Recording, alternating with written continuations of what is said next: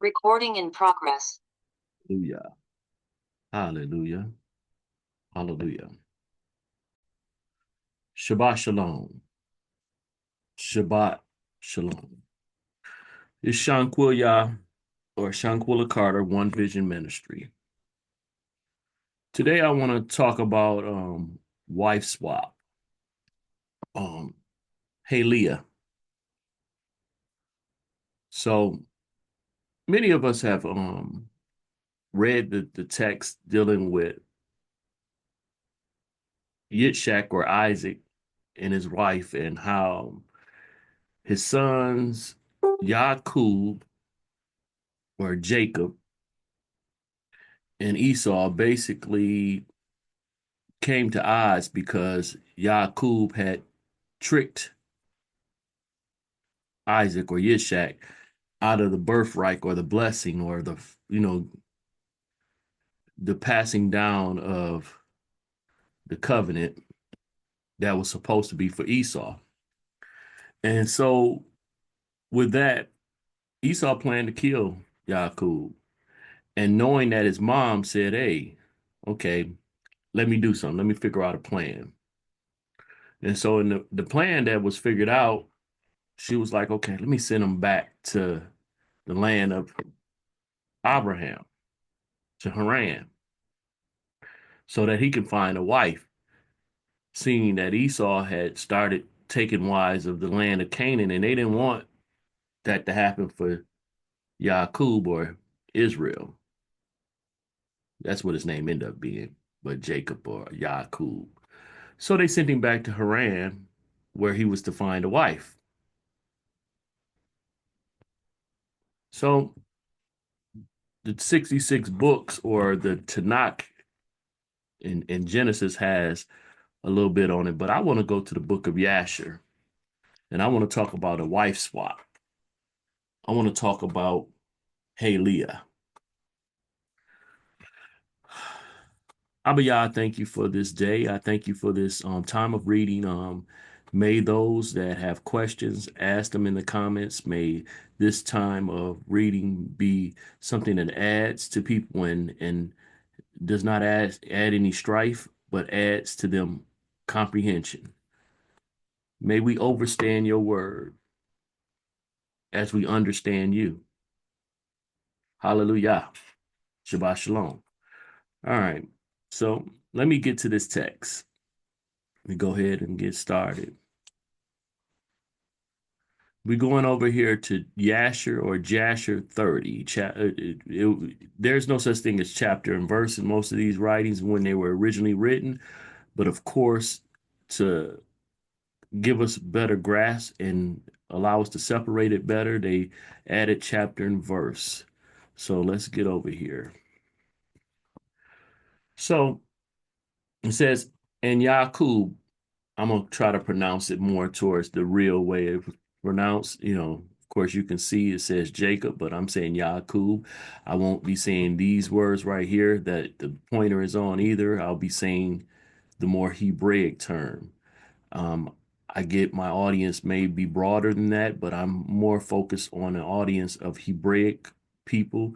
Um, not, I don't separate from the others where they don't have access to this. They have access to it, but it's more towards a Hebraic centered person.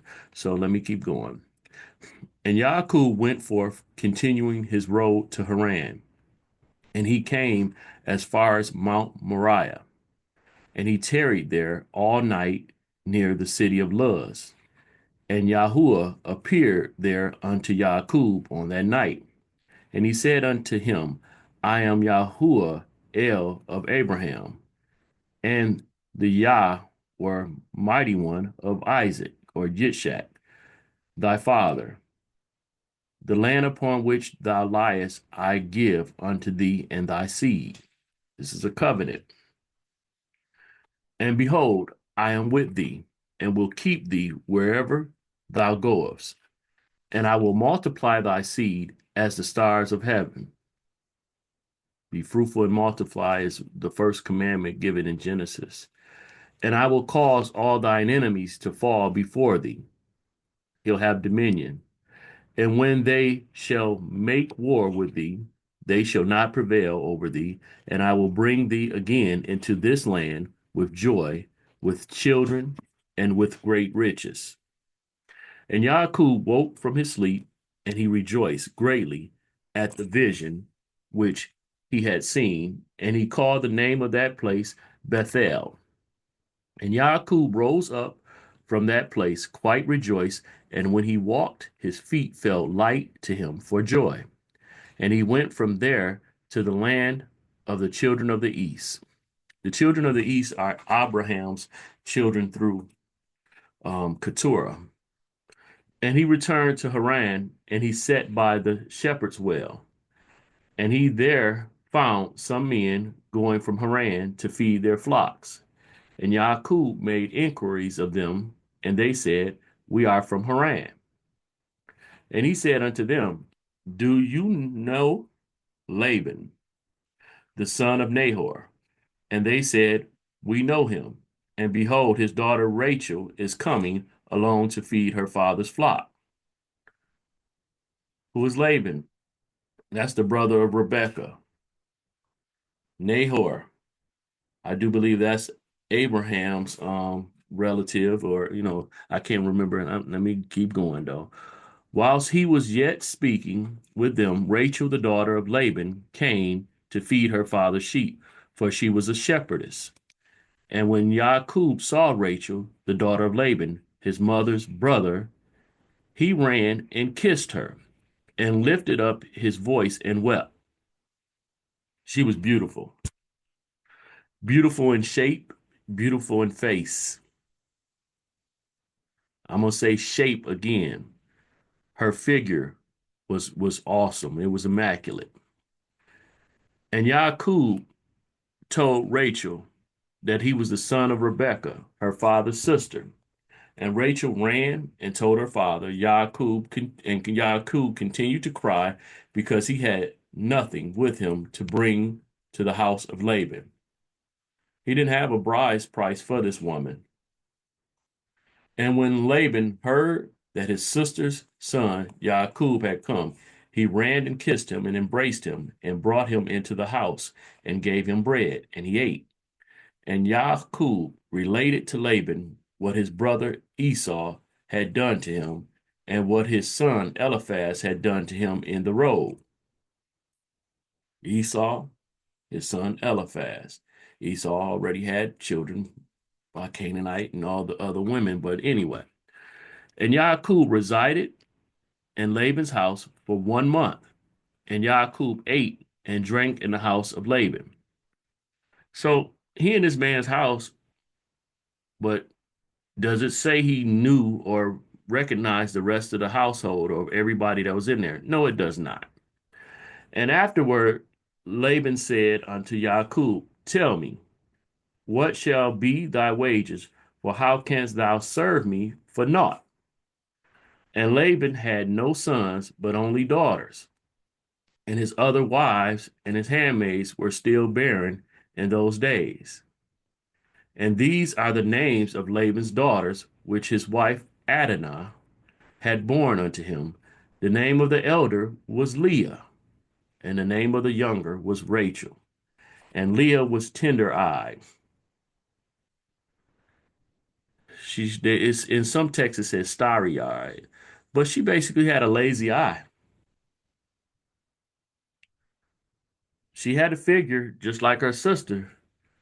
And, I don't know if it says in this text, but they were twins, identical twins, except for that starry eye. So their figure were both immaculate.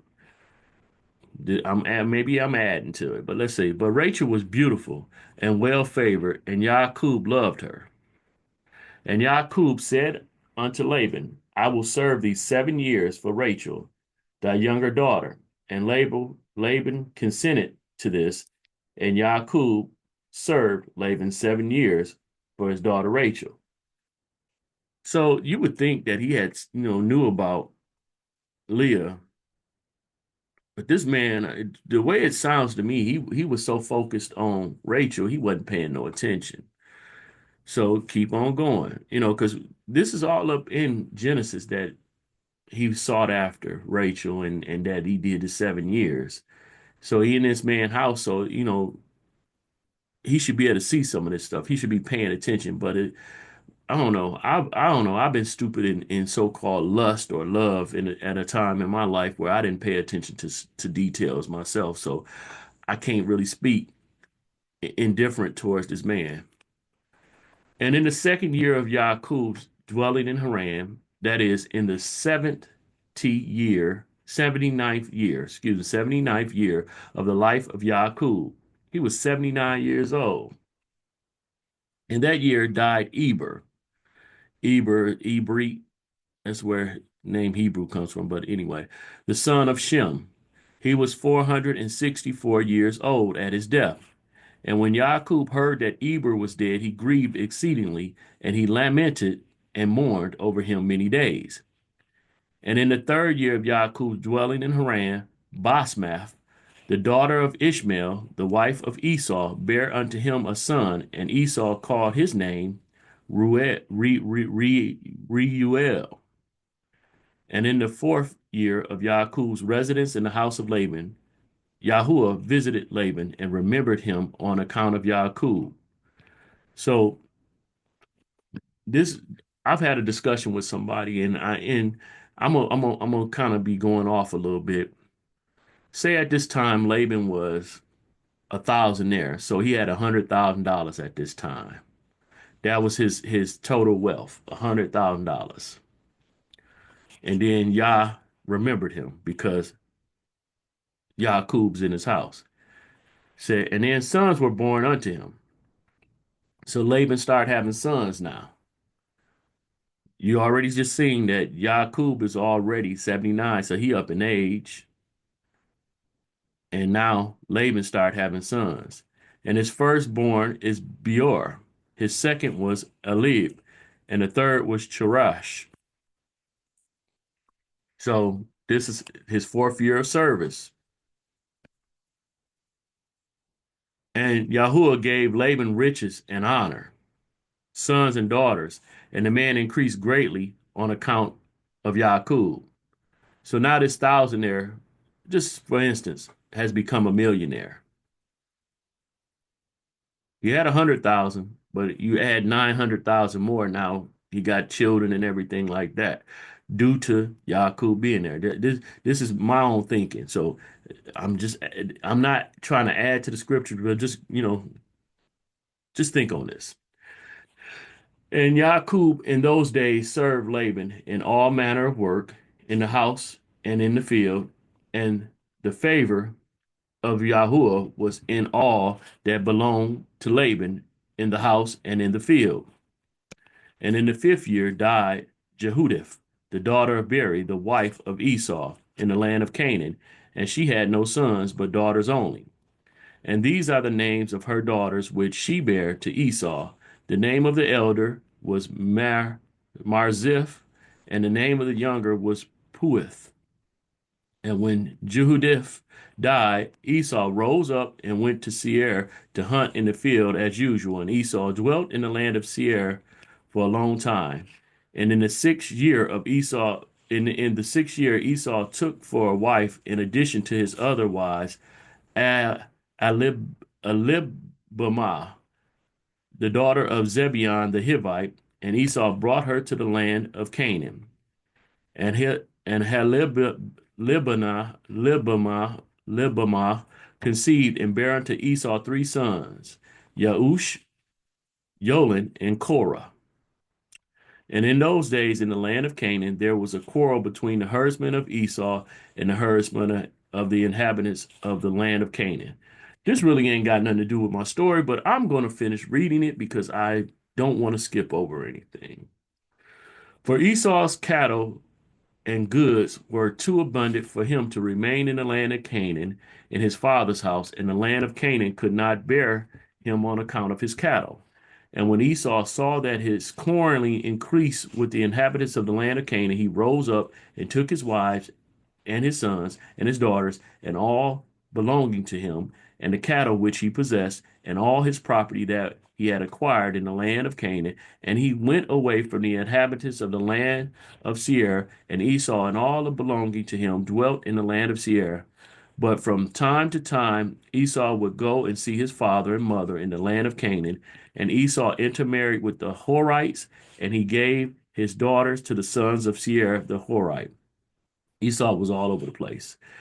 And he gave his elder daughter Marziph to Anah, the son of Zebeon, and his wife's brother. Oh, okay, okay. He gave to Mariph Anah, the son of Zebeon, his wife's brother. So he gave his daughter to her uncle, basically. And Puah he gave to Azar, the son of Bilhan, the Horite. And Esau dwelt in the mountain, he and his children, and they were fruitful and multiplied. So let's go to the next chapter. All right, continuing where I want to be at. And the seventh year, remember, he made a promise for 7 years to serve Laban for Rachel. Jacob's service which he served Laban was completed. And Jacob said unto Laban, give me my wife, for the days of my service are fulfilled. And Laban did so. And Laban and Jacob assembled all the people of that place, and they made a feast, a marriage feast. And in the evening, so it's evening time, it's getting dark. Laban came to the house, and afterward Jacob came there with the people of the feast, and Laban extinguished all the lights that were in the house. So it's getting dark. You needed candles to see clearly. They're having a feast, and Laban extinguished all the lights and that were in the house. And Jacob said unto Laban, wherefore dost thou do this thing unto us? And Laban answered, such is our custom to act in this land. He's saying this is our custom to basically, it's already dark or getting dark, to dim it out. And afterward, Laban took his daughter Leah, not Rachel, and he brought her to Jacob. And he came to her, and Jacob did not know that she was Leah. Remember, she's a twin. Her body was immaculate, but that starry eye, that face was something to deal with. Rachel was beautiful, but this sister had a lazy eye. Twins usually have similar voice, and they had similar physique, but that face, mm-mm. And so them dim lights, he really couldn't see who was before. He heard a voice, likely heard a voice, and he seen a figure. And Laban gave his daughter Leah, his maid Zilpah, for a handmaid. And all the people at the feast knew what Laban had done to Jacob, but they did not tell the thing to Jacob. And all the neighbors came that night to Jacob's house, and they ate and drank, ate and drank. So it's some alcohol involved, likely. Man, I'm gonna come off the screen just for a second. I'm fit to be 53 this year. I've had a time in my life that I lived wild. Basically, you could say lascivious.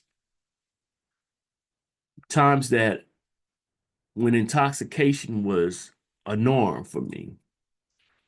And I would wake up with strange women and not know how I got there, or not clearly know. And you got to know how you got there. But a lot of times it wasn't a pleasant sight that I woke up to.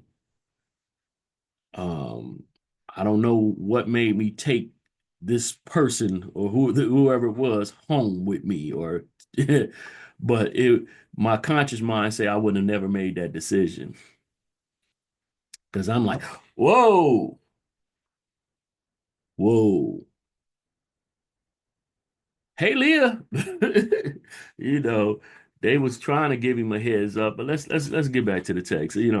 I'm like, I had some wild nights as my youth, and I'm not trying to I guess, romanticize those things or make it seem like that's a good thing because it definitely was not.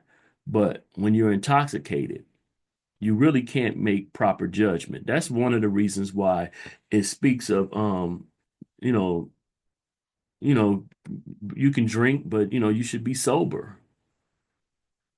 I have no problem with medicinal drinking. I myself don't drink. I haven't drunk in a while, because I know that I have a bad habit of losing control when alcohol is in my system. So let me get back to this. All right.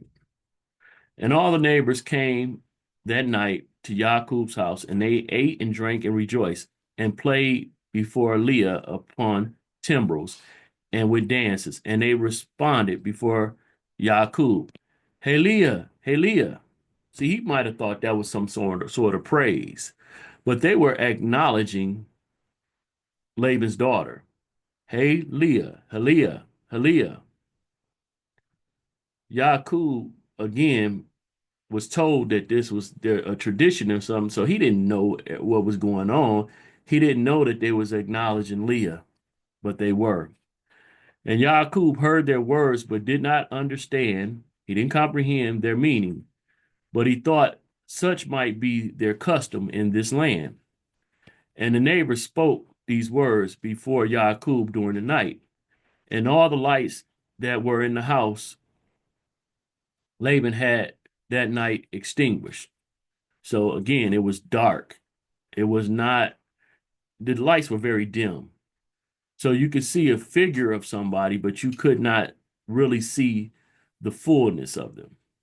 He couldn't see that starry eye, that lazy eye. And in the morning or the AM, when daylight appeared, Yaqub turned to his wife.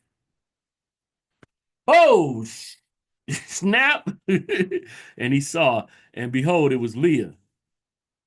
It wasn't Rachel. It wasn't this woman that he seen as so beautiful. You know, he enjoyed her figure through the night because they in the bed in the dark, bumping and grinding, doing whatever. But in the morning, he woke up to see her face. And behold, it was Leah that had been lying in his bosom. And Yaqub said, Behold, now I know what the neighbors said last night. Leah, they said, and I knew it not. They was telling him that this was Leah, and he didn't know. You know, blame it on the alcohol, as they say, or whatever. But yeah, the dark lights, blame it on the dark lights, blame it on the alcohol. But this man that was so in love that he spent 7 years of his life trying to get this woman, this man who is his uncle, has tricked him.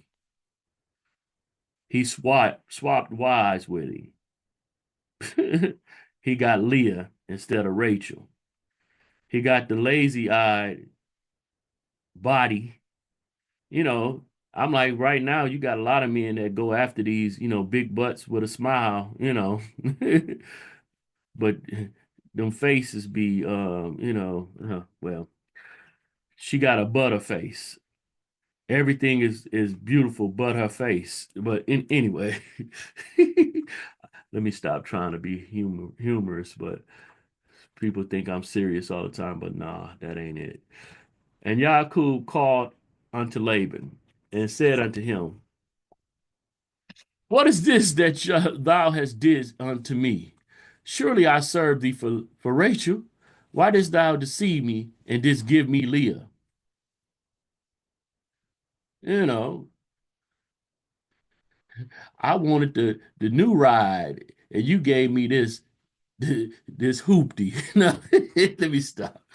And Laban answered Yaqub, saying, Not so is it done in our place to give the younger before the elder. Now, therefore, if thou desire to take her sister likewise, take her unto thee for service, which thou wilt serve me for another 7 years. Didn't nobody want Leah. That's sad. She the oldest, and she a twin with Rachel, but that face, and she probably was a beautiful woman in character and everything, but that face, that was not what Yakub signed up for. He got tricked. He got his wife swapped. This man said, okay, you done did seven. I gave you that one. Here go another seven. This man hustling him, but let me keep going. And Yakub did so.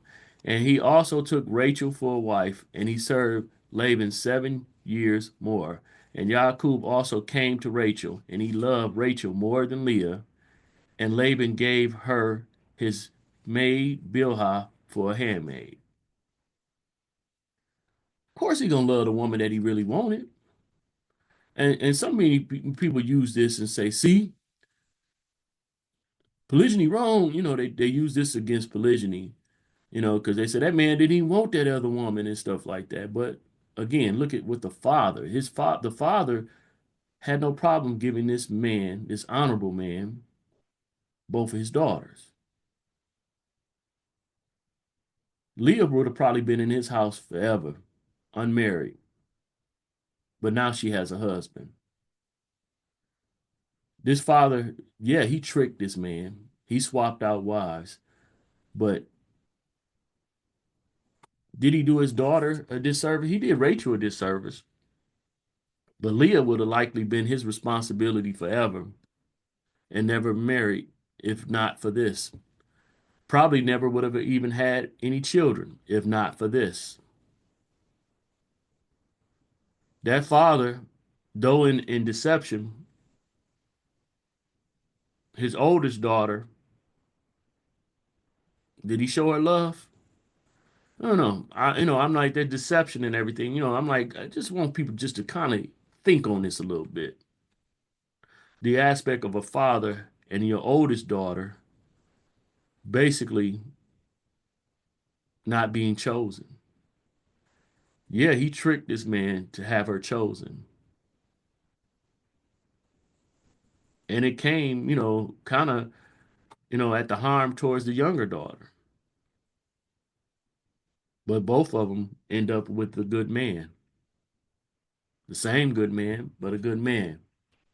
Or I guess no man is good, but a Yah man. Otherwise, Leah probably would not have been chosen. But she ended up being one of the main pillars of Israel. Her children became pillars to the nation, the kingdom of Israel. Okay. And when Yahuwah saw that Leah was hated, when Yahuwah saw that Leah was hated, and when Yahuwah saw that Leah was hated, Yahuwah had pity and love towards her. So Yahuwah opened her womb, and she conceived and bare Yaakub 4 sons in those days.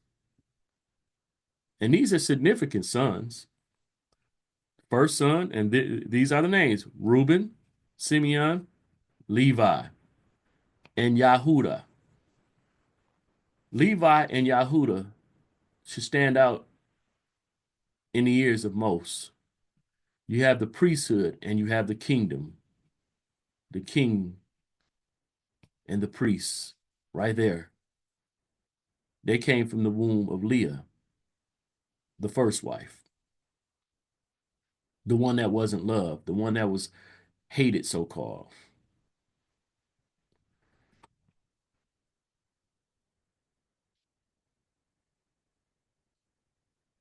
That's important. Yes, Rachel, you got Yosef and Benjamin. Very important as well, because Yosef is who actually prolonged the life of these people by him going into bondage into Egypt or Mizraim, and him being able to save them when they were in a famine time. Both of these wives' seeds were very important and still are important for the kingdom of Israel.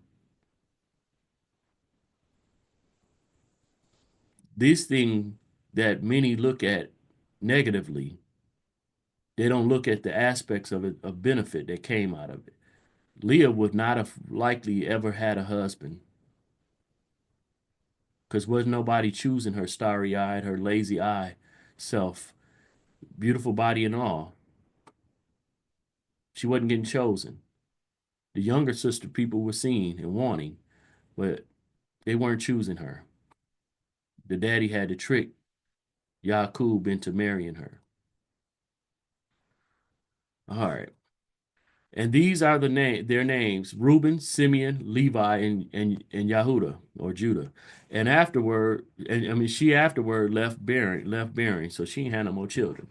And at that time, Rachel was barren, and she had no offspring. And Rachel envied her sister Leah. And when Rachel saw that she bare no children to Yaakov, she took her handmaid Bilhah, and she bare Yaakov two sons, Dan and Naphtali. Now, again, I'm just putting my own mind to use. Rachel envied Leah. I bet this was the first time in her life that she envied her. They having similar frames, but she the beautiful one. Leah got that starry eye. And this probably was the first time that she ever envied her older sister. So she, Leah sounded like to me probably lived with a lot of disrespect and a lot of low self-esteem, because of course her sister was getting chosen over her uh, automatically. People would see her out and see her physique and think that, they probably, hey Rachel, it's Leah. They see her face and get startled because she had a butter face, you know. But again, I guess I'm being too humorous. Let me keep going. And when Leah saw that she had left bearing, she also took her handmaid Zilpah, and she gave her to Yaakov for a wife. So you have this father giving over his daughters, and now you have these wives giving over their handmaids.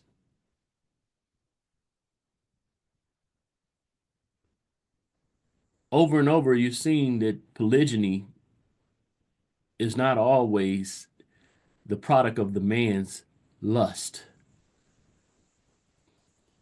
But that's the way that many push it modernly and say that that's the case. I teach on polygyny a lot, and because of that, many people think that I desire it when I don't. But again, what if Yah told me to have more seed? That's the only way that I would be able to have more seed is through polygyny. But I'm not looking forward to that.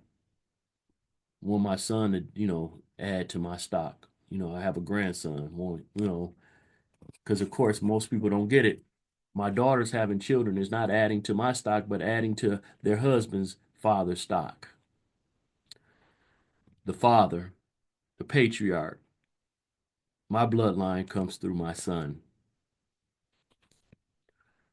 And when Leah saw that she had left barren, she also took her handmaid Zilpah, and she gave her to Yaakov for a wife. And Yaakov also came to Zilpah, and she also bore Yaakov two sons, Gad and Asher. And Leah again conceived and bare Yaakov in those days two sons and one daughter. So Leah wasn't done conceiving. And these are their names: Issachar, Zebulun, and their sister Dinah. They don't usually mention daughters being born, so that's significant. And Rachel was still barren in those days, and Rachel prayed unto Yahuwah at that time, and she said, "O Yahuwah, remember me and visit me, I beseech thee, for now my husband will cast me off, for I have borne him no children." So before she ever had any children, all of these other children were born. Now, O Yahuwah, hear my supplication before thee, to see my affliction, and give me children like one of the handmaids, that I may no more bear my reproach. And Yahuwah heard her and opened her womb, and Rachel conceived and bare a son. And she said, Yahuwah has taken away my reproach, and she called his name Joseph, saying, May Yahuwah add to me another son. And Yaakub was 91 years old when she bare him. Men can have seed, bear children up in age. Again, I'll be 53. I still have, my gun is not unloaded. At that time, Yaakov's mother, Rebekah, sent her nurse, Deborah, the daughter of Uz, and two of Isaac's or Yitzchak's servants unto Yaakov. And they came to Yaakov to Haran, and they said unto him, Rebekah has sent us to thee, that thou shalt return to thy father's house to the land of Canaan. And Yaakov hearkened unto them in this which his mother had spoken. Now, remember I had said that Yaakov came to Laban, who was probably a thousandaire, 100,000. And in the time of him being there, he probably became a millionaire, gained about 900,000. I'm just, putting something out there because we don't know the numbers, but his wealth increased with him being there because favor was on Yaakov. So he's away from his parents and stuff like that. His father is getting older. If he's already in his, you know, as it says right here, 91 years, his father's way older than that. Okay. So at that time, the other 7 years which Jacob served Laban for Rachel were completed. And it was at the end of 14 years that he had dwelt in Haran that Jacob said unto Laban, Give me my wives, and send me away, that I may go to my land. For behold, my mother did send unto me from the land of Canaan, that I should return to my father's house. So 14 years have passed. And Laban said unto him, Not so. Nah. I pray thee, if I have found favor in thy sight, do not leave me. Appoint me thy wages, and I will give them, and remain with me. How much is going to cost for you to stay here? And Jacob said to him, This is what thou shalt give me for wages, that I shall this day pass through all thy flock, and take away from them every lamb that is speckled and spotted, and such as are brown amongst the sheep, and amongst the goats. And if thou wilt do this thing for me, I will return and feed thy flock, and keep them as at first. And Laban did so. And Laban removed from his flock all that Jacob had said, and gave them to him.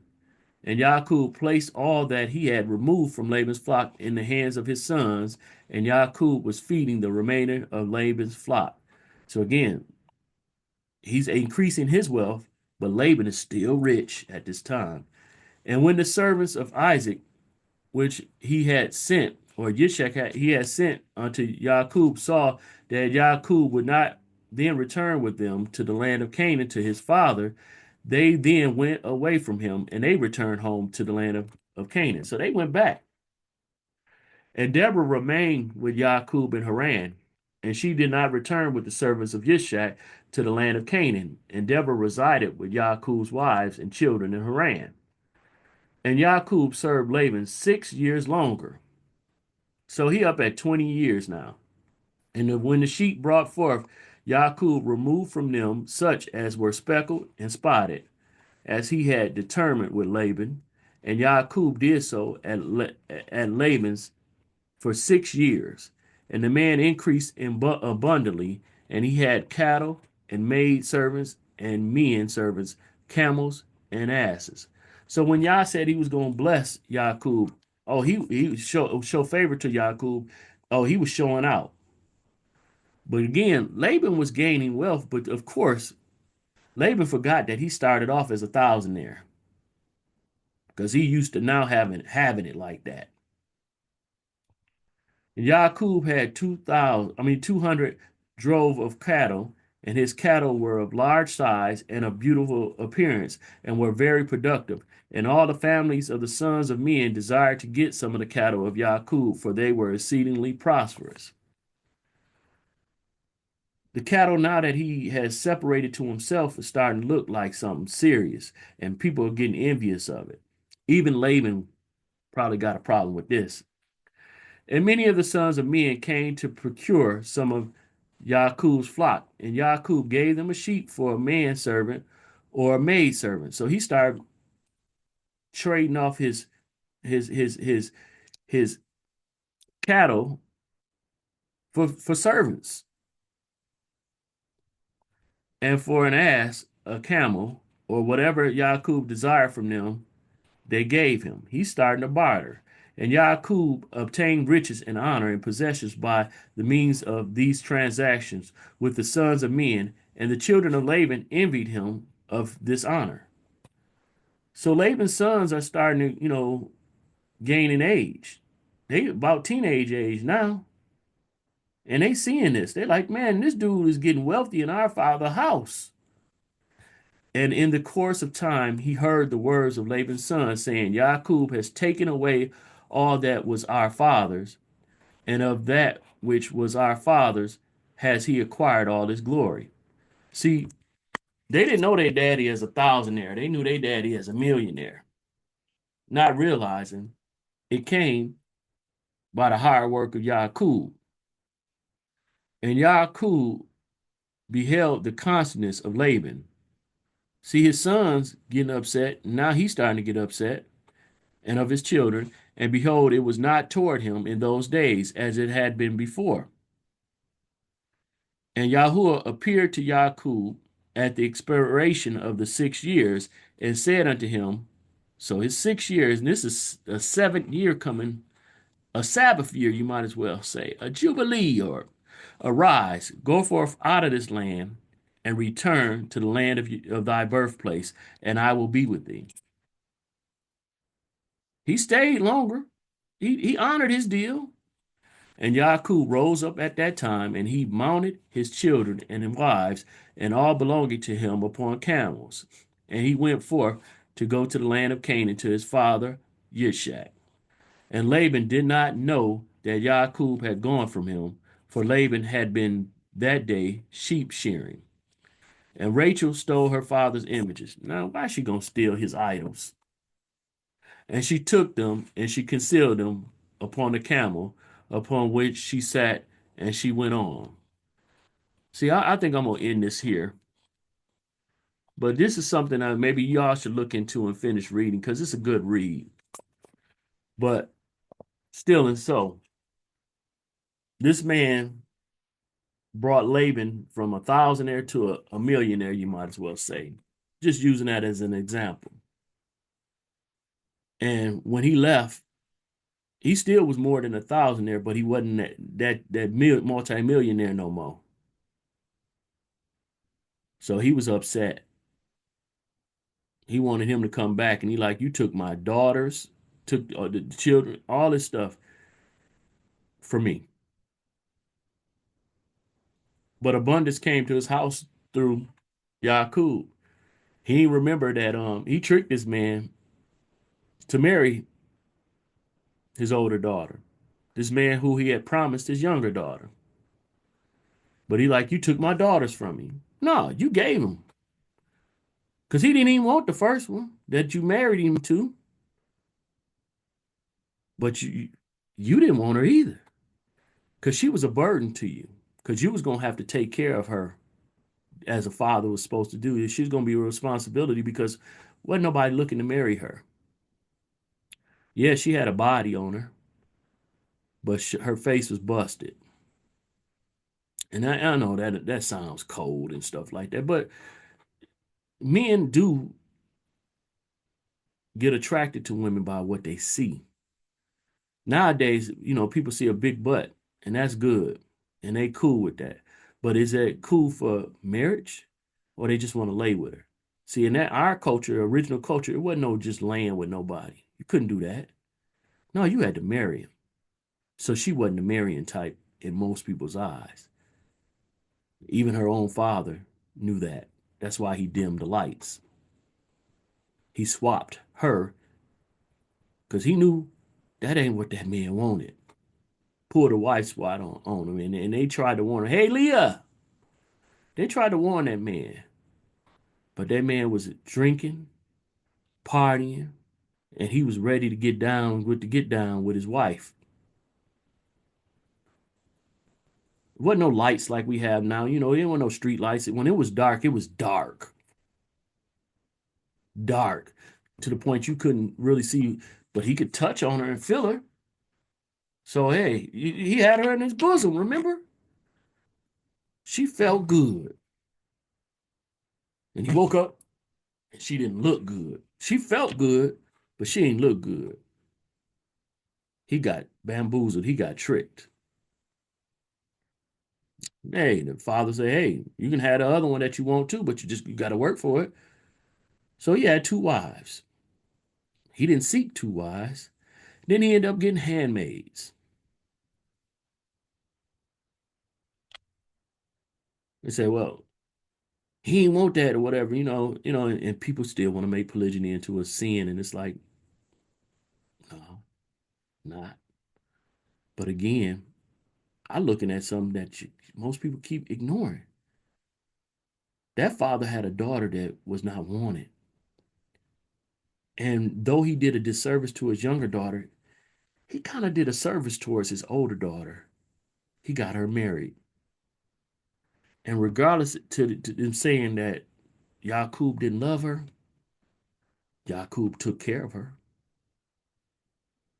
You know, I'm like, you read in the story of Genesis, she had mandrakes. Mandrakes was not something that just everybody had. That was something that wealthy people had. And Rachel said, hey, let me get some of them mandrakes. I'll let you sleep with our husband. I'll send him, she basically sold her husband over for them mandrakes because mandrakes was something, that wasn't common to everybody. That daughter, though she so-called wasn't loved, she wasn't loved by anybody but her daddy before that. Now she has children that love her. She's has access to wealth that she never, a lot of different things that she had access to by her father's deception, I guess you can say. Her father took care of her and set her up for life because wasn't nobody desiring her. People look at, the one daughter, the younger daughter, and say, well, he did her wrong. But that older daughter, he did something towards her that she could never expect. They wasn't expecting that woman to get married. Why it won't her?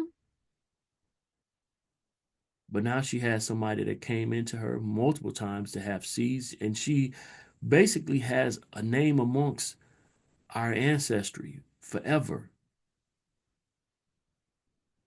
Her children are substantial in the Israelite heritage.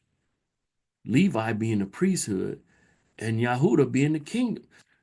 You can't ignore that. But some will say, nah, it ain't right. It ain't fair. That stuff ain't right. It ain't fair. That's not what life is. No, nobody promised fairness. Where has that promise ever been given? Most of us know that we've dealt with hardship and everything, but that woman, she ends up dealing with wealth and also having children that she would have never had. She may not know the love of her husband the way she wanted to, but I guarantee her children loved her. And I guess I'm just speaking out of my own mouth or whatever because I wasn't there, but I believe they did. Abiyah, I thank you for this Shabbat. I thank you for this opportunity to read. And may others, take the time, just read for themselves. They don't have to take my perspective. They get their own. May they go read the book of Yasher and see how it adds. Not new things, but it fills in the holes of things that weren't really clear. 20 years was lived in the house of Laban, and you see it only spoken about maybe in what, 5 chapters. Come on, we live 1 year and have Facebook posts, and and if you calculated all the stuff we read, it would outdo 5 chapters easily. So we don't got all of the information in those 5 chapters. No way. So getting other information should not be a harmful thing, especially if it does not contradict what we've been given before. I thank you for just allowing us to be awakened and to have more information revealed to us and to just have an openness to learn from you. May your will be done on this Shabbat. May we rest. May we have a convocation, come together with each other. Me and my family going to come together soon. They'll be getting up, from resting, and we'll, talk on you. But may others also come together with their family. Let the strong man in the house be that in that house, bringing forth the message as a strong man to the wife and to the children. Make that your first ministry and first priority. There's nothing wrong with fellowshipping with assemblies, but if you don't take care of your home, you're an infidel. Take care of your responsibilities and your stewardship, and then take care of others. Thank you, Yah. Shabbat Shalom. Hallelujah. Hallelujah. Shabbat Shalom.